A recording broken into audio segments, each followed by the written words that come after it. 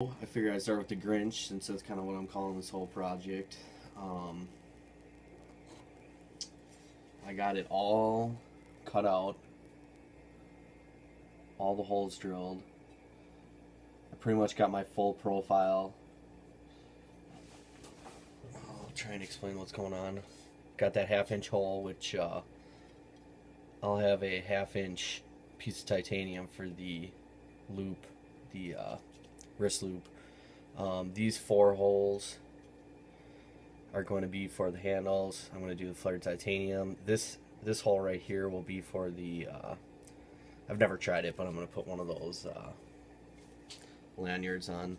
The blade I think comes out to right around 17 inches.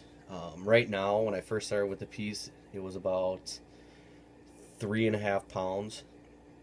It's right around a 1/4 inch CPM3V by 23.5 by 2.3.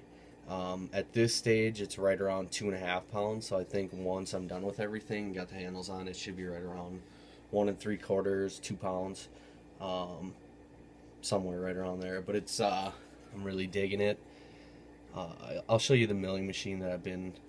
What I'm going to end up doing is doing a couple just mill spots right here and right here on both sides. I'm not going to go all the way through, so it's going to be somewhat like the I-beam, like I've seen a couple of like the real famous sword builders doing.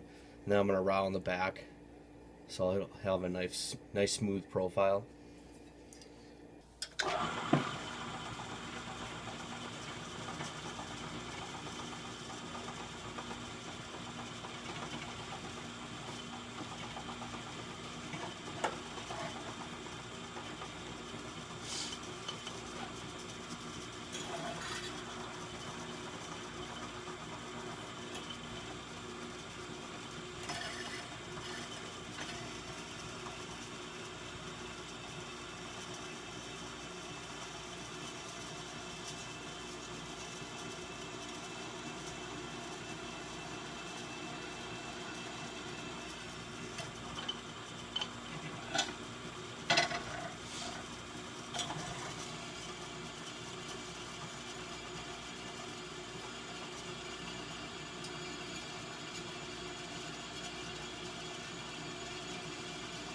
Slow and steady.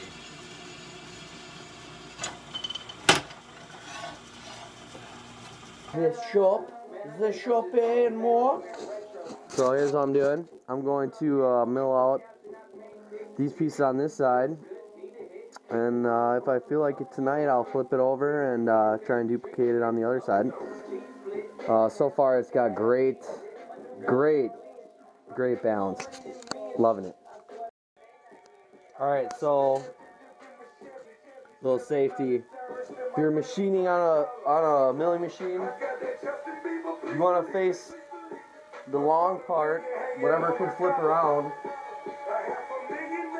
so that the spinning side would turn it into the machine and not into you. So that was my whatever safety tip. So here's what the machining looks like, and I'll flip around and do it on the other side. So it'll basically be like I-beam.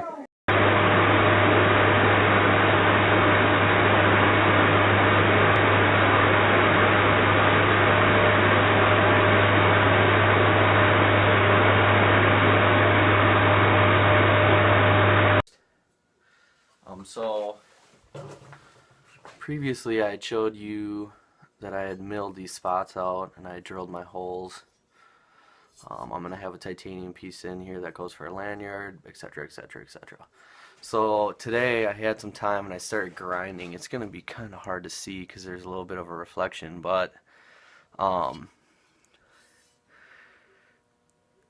have my basic shape and I'm starting to get, I don't know if you can kind of see it better, but it'll be a pretty thin edge. This is like almost a 1/4 inch thick 3V.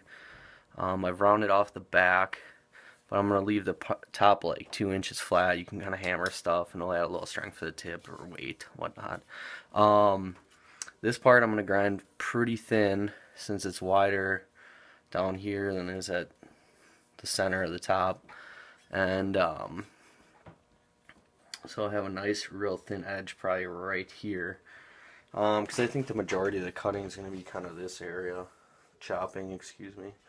So what's nice is you can actually get, you can do a one-handed,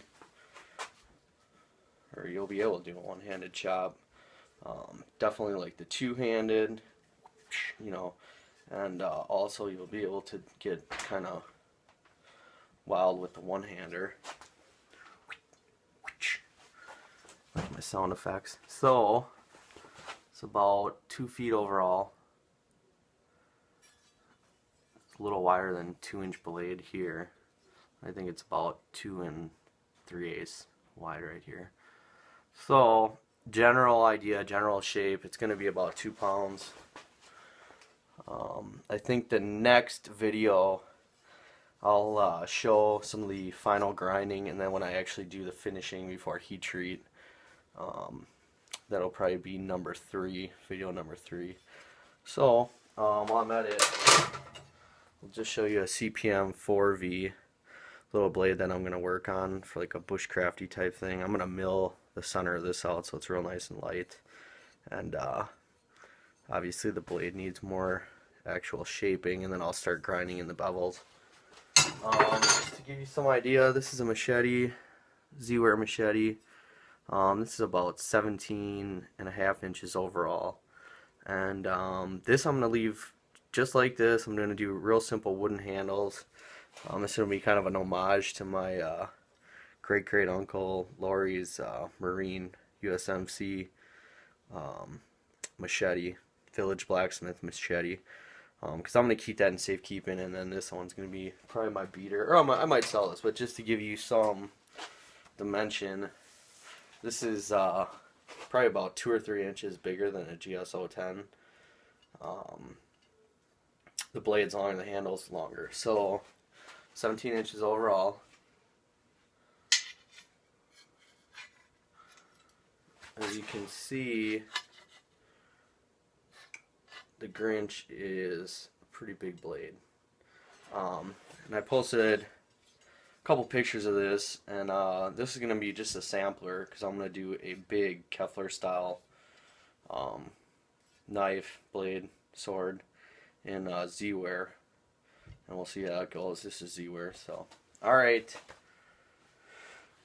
I think eventually number 4 or 5, it'll probably be months down the way, I'll actually have this thing finished and I'll just go start annihilating shit in the woods. So stay tuned for that.